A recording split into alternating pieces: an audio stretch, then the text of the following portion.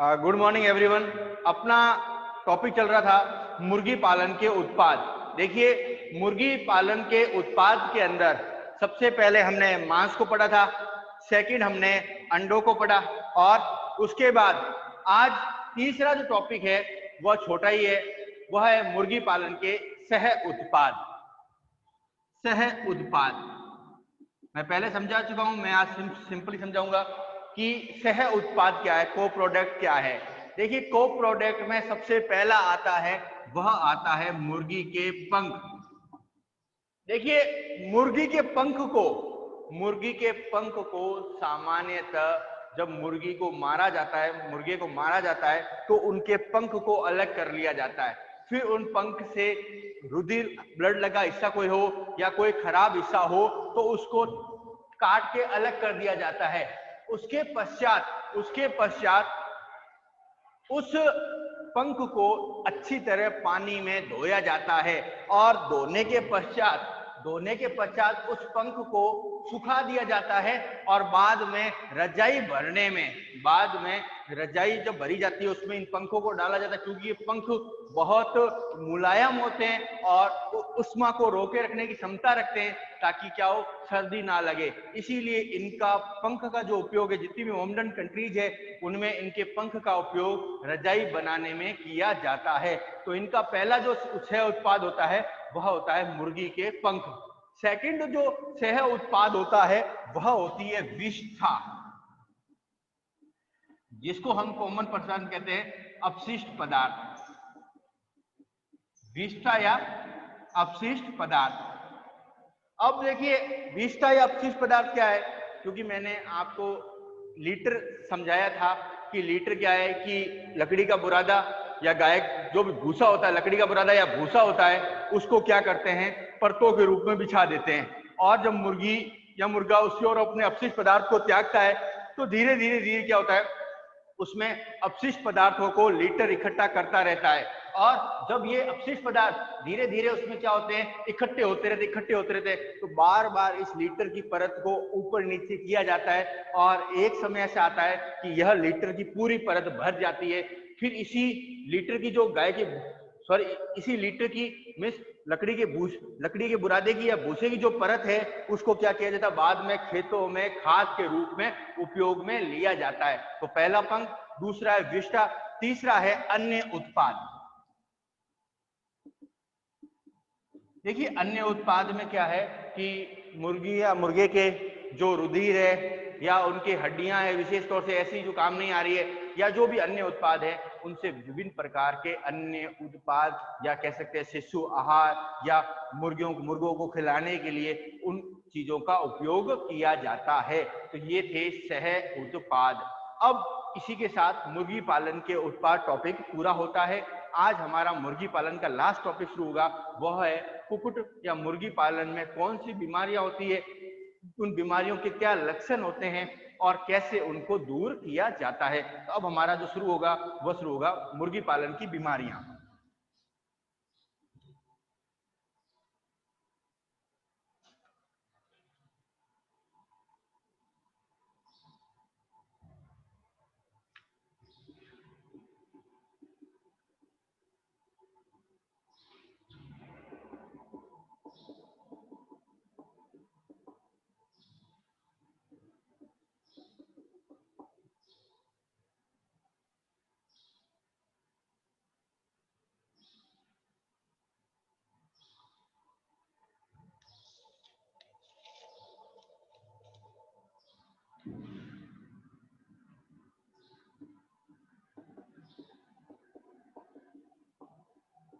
देखिए, मुर्गी पालन की क्या क्या बीमारियां होती है, क्या क्या उनके लक्षण होते हैं, इस टॉपिक में उनको हम पढ़ेंगे।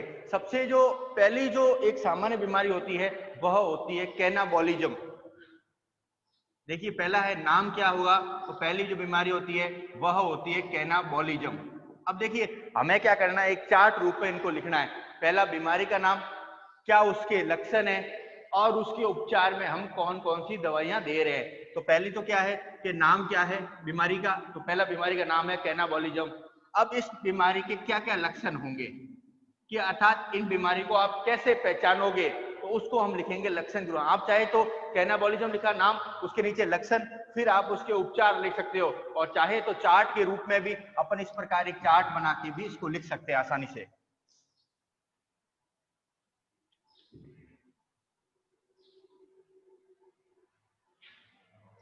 तो नाम क्या है, कैनाबॉलिज्म, क्या लक्षण होते हैं और कैसे इसका उपचार किया जाता है।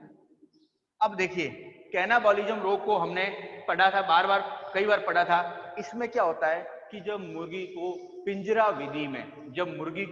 विधि में, एक ही स्थान पर रख दिया जाता है, उस अर्थात कहने का मतलब क्या होता है कि उसके चलने फिरने के लिए, टहलने के लिए कोई स्थान अवेलेबल नहीं होता है, तो उस कंडीशन में मुर्गी में बहुत ज्यादा प्रेशर या तनाव आ जाता है, और जब तनाव आता है तो वो मुर्गी दूसरी मुर्गियों को चोंच से बार बार मारती रहती है, और तब तक मारती है जब तक कि या तो उसका प्रेशर खत्म नहीं हो जाता या सामने वाला मर नहीं जाता। तो कंडीशन क्या है कि कैनाबॉलिज्म के अंदर जब तनाव बहुत चरम पर आ जाता है, तो उसके अंदर मुर्गी क्या करती है, दूसरी मुर्गियों को बार बार चोंच से मारती रहती है और उनके शरीर को लहूलुहान कर देती है। तो लक्षण का मतलब क्या है, अब इसकी पहचान कैसे होगी, तो पहचान का मतलब है कि जब एक मुर्गी दूसरी मुर्गी को बार बार मार रही है, तो कहने का मतलब उसमें कैनाबॉलिज्म रोग हो गया है, इसका मतलब वो बहुत तनाव की स्टेज में चली गई है। तो लक्षण का मतलब क्या है, इस स्थिति में मुर्गी दूसरी मुर्गी को चोंच की सहायता से बार बार मारती जाती है, जिससे क्या होगा, उस मुर्गी में क्या होगा, जिस बार बार मारते हैं तो क्या होता है कि उसमें मुर्गी जो बार बार मार रही है तो दूसरी मुर्गी बहुत लहूलुहान हो जाती है। अब आता है, इसका लक्षण भी आ गया, अब हमें इसका उपचार करना है। देखिए, इसके उपचार के दो तरीके होते हैं। एक तो होता है कि सामान्य कंडीशन, देखिए हम जानते हैं जब भी कोई व्यक्ति तनाव की स्थिति में पहुंचता है, तो हमने देखा होगा अक्सर अगर वो थोड़ी देर विश्राम कर ले, आराम कर ले, तो वो उसका तनाव धीरे धीरे, जो मानसिक स्थिति, चिड़चिड़ापन है, वो धीरे धीरे क्या होता है, खत्म हो जाता है। अब इस कंडीशन में दो कंडीशन आती है। पहली कंडीशन में तो क्या होता है कि जो मुर्गी कैनाबॉलिज्म स्थिति में पहुंच गई है, उस मुर्गी को क्या करते हैं कि दूसरे कमरे में, अर्थात ऐसे कमरे में रखा जाता है जहां एक तो बहुत खुला स्थान हो, ताजी हवा आए, भोजन उपलब्ध हो, और वो मुर्गी आराम से चहल पहल कर सकती है, अर्थात टहल सकती है। अगर उस कंडीशन में मुर्गी को रखा जाता है या मुर्गे को रखा जाता है, तो क्या होगा, जब मुर्गी उस कंडीशन में 4 से 5 घंटे रहेगी, तो उसकी जो ये स्थिति है वो धीरे धीरे क्या होगी, घटेगी, कम हो जाएगी, और कुछ समय बाद वो बिल्कुल स्वस्थ हो जाएगी। तो कहने का मतलब क्या है, कैनाबॉलिज्म का जो पहला उपचार है वो क्या है कि इस कंडीशन में मुर्गी को एक सामान्य स्थान पर रखा जाता है, और उस कंडीशन में वह क्या है, धीरे धीरे शांत होती है, और उसके साथ में इस बीमारी से उसकी छुट्टी, मतलब उसको रेस्ट मिलती है। अब दूसरा आता है विभिन्न प्रकार की दवाइयां हैं, उनका क्या किया जाता है, इस बीमारी में उपयोग किया जाता है।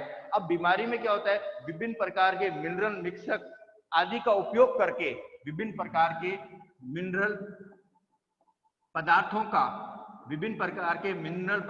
का उपयोग करके, साथ में दवाइयों का उपयोग करके, कुछ ओलिडो एसिड दवाइयां आती है, उनका उपयोग करके वो समय समय पर भोजन के साथ पर्टिकुलर मुर्गी को दी जाती है, ताकि उनमें क्या हो, तनाव कम हो जाए। तो इस कंडीशन में क्या होती है, सबसे पहला जो रोग होता है वो कौन सा होता है, कैनाबॉलिज्म। देखिए, ये मुर्गी में एक सामान्य रोग है, क्योंकि हम जानते हैं कि पिंजरा विधि के अंदर मुर्गी एक ही स्थान पर कैद होती है। अब जब वो कैद है तो उसमें ये बीमारी होगी, और आजकल जो ज्यादा तरीके हैं उसमें तो क्या होता है, जिसमें ये बीमारी हो जाती है उसको कुछ देर के लिए अलग रख देते हैं, तो उसमें क्या होता है कि उसको थोड़ी देर बाद वो सामान्य अवस्था में पहुंच जाएगी। अब अगर जगह अवेलेबल नहीं है, वही कंडीशन उसमें बार बार बन रही है, तो विभिन्न प्रकार के मिनरल्स को दिया जाता है, जिससे क्या हो, वह शांत हो जाए और उसकी इस कंडीशन को दूर किया जा सके।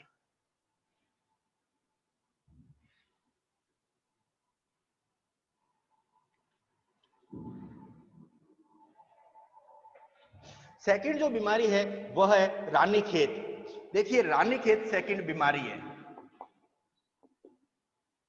रानीखेत सेकंड बीमारी है। रानीखेत क्या बीमारी है इसके बारे में पढ़ लेते हैं। अब देखिए रानीखेत की सबसे बड़ी विशेषता क्या होती है कि इस बीमारी में जो लक्षण होते हैं वह क्या है, सामान्यतः उसको दस्त लगती है, सर्दी लगती है, जुकाम होता है, गर्दन जो होती है वो उसको सांस लेने में तकलीफ होती है। तो कहने का मतलब क्या है कि सामान्यतः मुर्गी को हरे सफेद रंग की दस्त होती है, हरे सफेद रंग की दस्त होती है। इसके साथ में उसको सांस लेने में तकलीफ होती है, अर्थात वो बार बार सांस फुलाकर, मतलब जैसे सर्दियों में कैसे होता है नाक बंद हो जाती है, उस कंडीशन में सांस लेना पड़ता है, ठीक उसी प्रकार वह रुक रुक के सांस लेती है, अर्थात तकलीफ के साथ सांस लेती है। तो नेक्स्ट, सांस लेने में तकलीफ,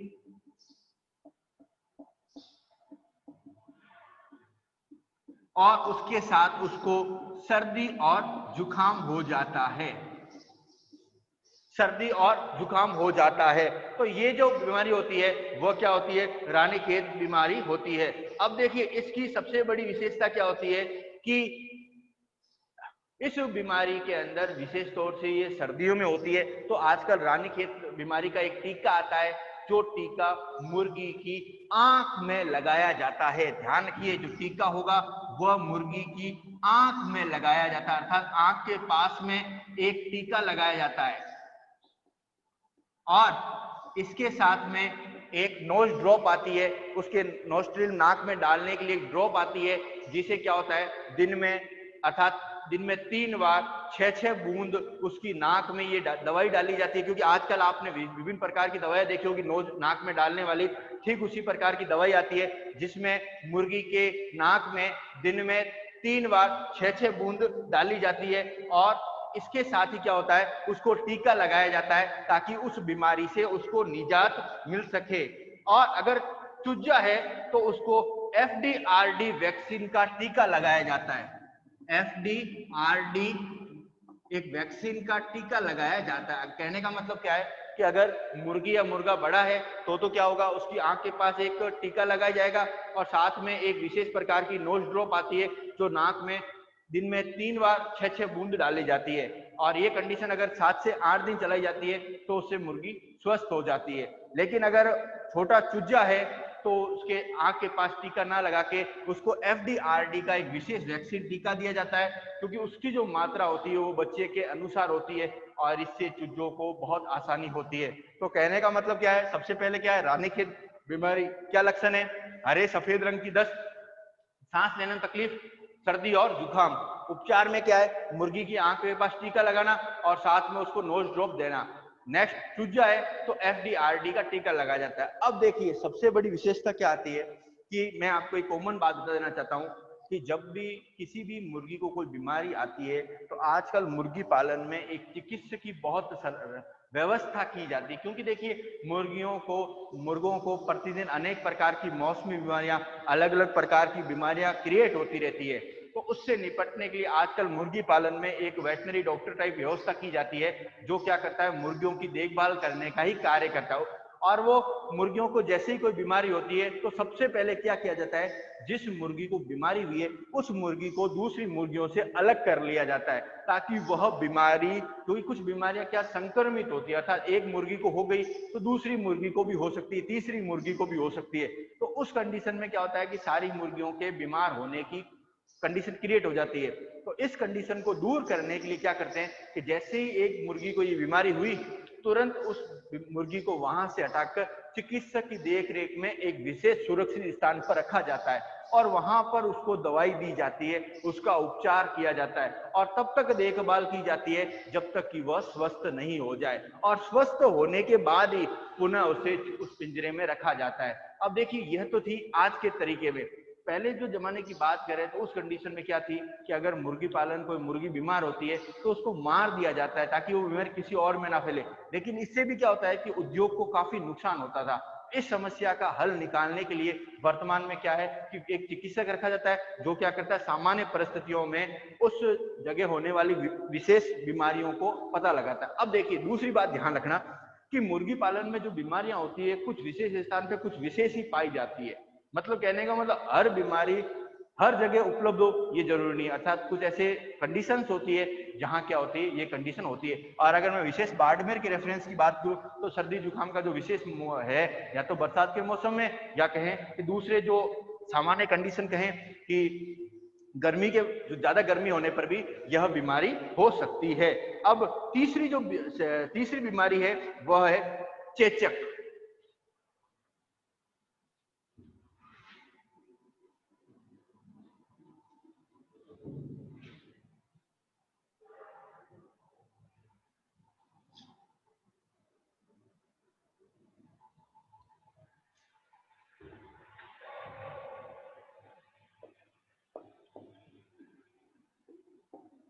अब देखिए, चेचक की आपने विशेषता तो पढ़ी होगी।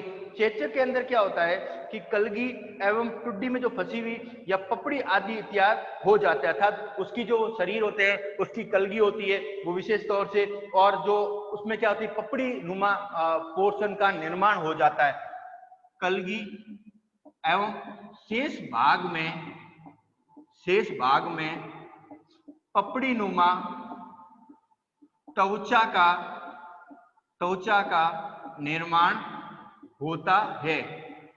अर्थात त्वचा जो होती है, आपने डैंड्रफ देखा होगा, डैंड्रफ में क्या होता है कि जब बालों में डैंड्रफ होता है तो छोटी छोटी केराटिन टाइप परत निकलती है, अर्थात व्हाइट व्हाइट कलर की कैसी होती है, वैसी क्या होती है कि त्वचा जो होती है उसमें क्या होती है, पपड़ी नुमा त्वचा का निर्माण होता है। और पपड़ी नुमा त्वचा का निर्माण होने से क्या होता है कि बार बार त्वचा जो होती है वो पपड़ी के रूप में बार बार उतरती रहती है।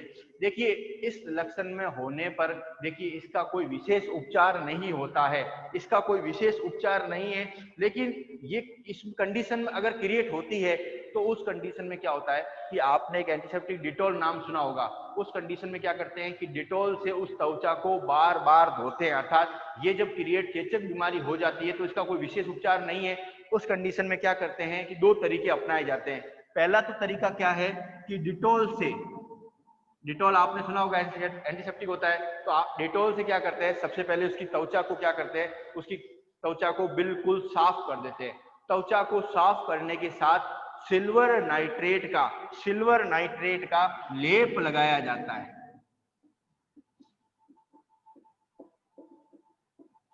देखिए, सबसे पहले क्या किया, डिटॉल से त्वचा को साफ किया, डिटॉल से त्वचा को साफ करने के पश्चात सिल्वर नाइट्रेट का लेप लगाया जाता है। और सिल्वर नाइट्रेट का लेप लगाकर उसको क्या किया जाता है, थोड़े दिन उसको अलग रखा जाता है, और उसमें ये जो सिल्वर नाइट्रेट क्या करता है, ये पपड़ी नुमा जो लक्षण होते हैं इसको धीरे धीरे कम कर देता है, और ये इसका एक उपचार है।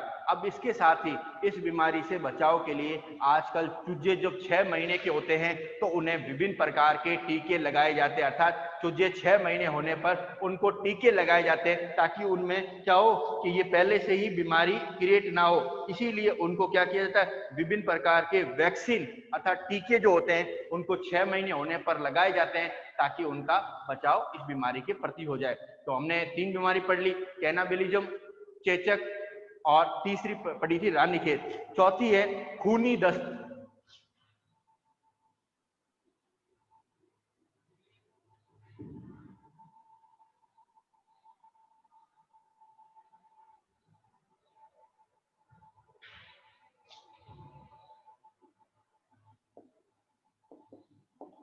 देखिए, नाम से स्पष्ट है, खूनी दस्त। अब खूनी दस्त का मतलब क्या है, दस्त जब लगती है तो जो दस्त अपशिष्ट पदार्थ निकल रहा है दस्त के रूप में, उसके साथ में क्या होता है, शरीर से खून निकलता है। और जब बार बार शरीर से खून निकलता है तो हम जानते हैं कि उस कंडीशन में शरीर में धीरे धीरे क्या होती है, उसकी क्या होती है, कमी हो जाती है। अब इसका मतलब, इसका लक्षण क्या है, दस्त के साथ खून निकलना। और हम जानते हैं कि जब बार बार खून निकलेगा तो शरीर में क्या हो जाती है, खून की कमी हो जाती है। तो उस कंडीशन में इस समस्या को दूर करने के लिए एक दवाई आती है, बाईफुरान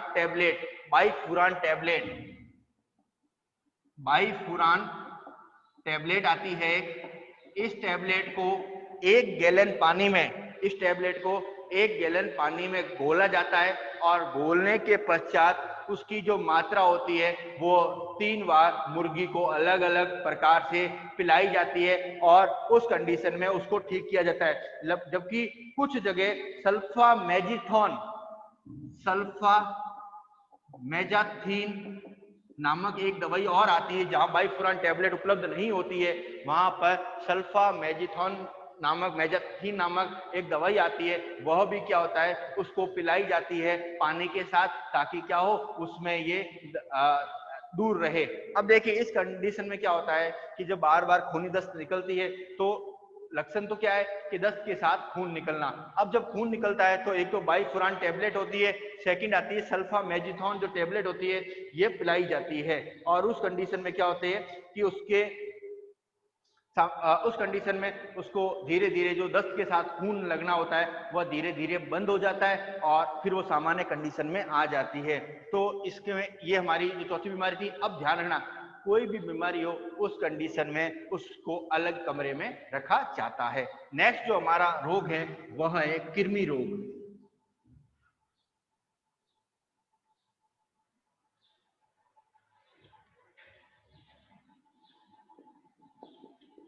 कृमि रोग, देखिए मुर्गी पालन में यह रोग आम तौर पे बहुत सामान्य है। इसमें क्या होती है कि सामान्यतः गर्दन क्या होती है, मुड़ जाती है और जो कलगी है वह सामान्यतः पीले कलर की हो जाती है, अर्थात जो गर्दन है वह मुड़ जाती है। इस प्रकार एक कंडीशन में उसमें मुड़ाव आ जाता है, अर्थात वो गर्दन मुड़ जाती है और कलगी होती है वो पीले रंग की हो जाती है। तो इसके लक्षण क्या है, गर्दन मुड़ी हुई दिखाई देना, गर्दन मुड़ी हुई दिखाई देना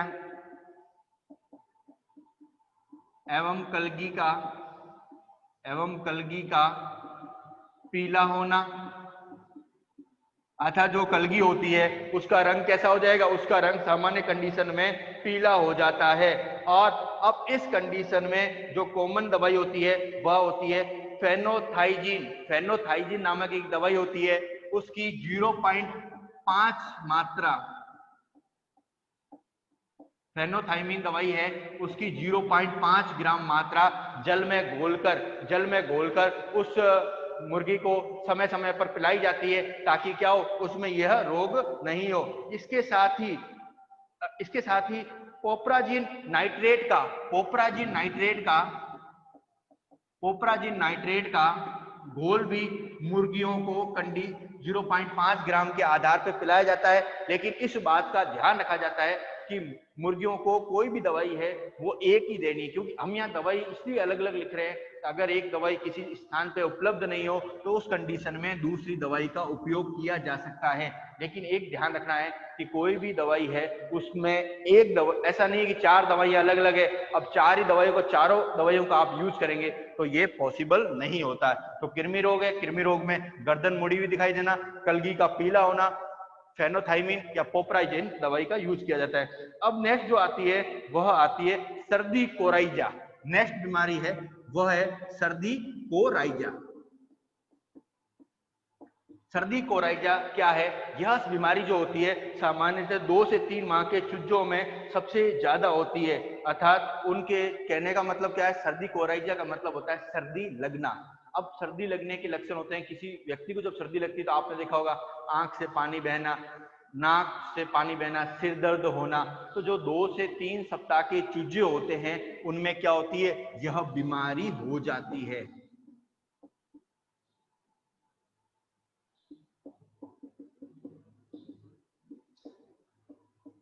2 से 3 सप्ताह के जो चूजे होते हैं उनमें यह बीमारी होती है। इसमें क्या होता है, आंख से पानी निकलना, नाक बहना, छींकना, खांसना, ये बार बार सांस लेने में तकलीफ होना, ये सर्दी कोराइजा के एक सामान्य लक्षण होते हैं, जिस कंडीशन में वह जीव जो होता है बार बार उसका शिकार हो जाता है। और इसके लिए सबसे जो एक कॉमन औषधि होती है वह होती है स्ट्रेप्टोमाइसिन। यह एक सबसे असरदार दवाइयां हैं, जैसे अपन डिकोल लेते हैं, डिकोल लेते हैं, कॉमन दिया है विक्स एक्शन 500 कैसे लेते हैं, पैरासीटामोल कैसे लेते हैं, वैसी स्ट्रेप्टोमाइसिन एक असरदार दवाइयां हैं जो हर जगह उपलब्ध है। तो स्ट्रेप्टोमाइसिन को पानी में, देखिए ध्यान रखना, कोई भी दवाई होती है, अब अपन एक टैबलेट देखते हैं सामान्य भाषा में, तो मुर्गी को पूरा टैबलेट नहीं दिया जाता, उस टैबलेट को आधा तोड़ के उसका बारीक चूर्ण बनाया जाता है। उस बारीक चूर्ण को पानी में घोलकर उसकी निश्चित मात्रा को ही मुर्गी को क्या है पिलाया जाता है। तो इस कंडीशन में क्या, चूजों को जो स्ट्रेप्टोमाइसिन है उसकी निश्चित मात्रा को पिलाया जाता है। और इस बात का ध्यान रखा जाता है कि उसमें ये ज्यादा असरदार नहीं, क्योंकि ज्यादा अगर असर दे दिया तो उस कंडीशन में चूजे को नशा भी आ सकता है या उसमें बेहोशी का भी लक्षण आ सकता है। और अगर ये दवाई अवेलेबल नहीं है तो सेकंड जो आता है वह आता है टेरामाइसिन। अगर ये दवाई अवेलेबल नहीं हो तो टेरामाइसिन को भी घोल के पिलाया जाता है। तो आज हमने जो पहला पोर्शन था उसमें हमने मुर्गी पालन की कुछ बीमारियों को पढ़ा, जिसमें क्या लक्षण होते हैं और क्या उसका उपचार होता है। आगे के जो टॉपिक है अब हम हमारी नेक्स्ट क्लास में करेंगे।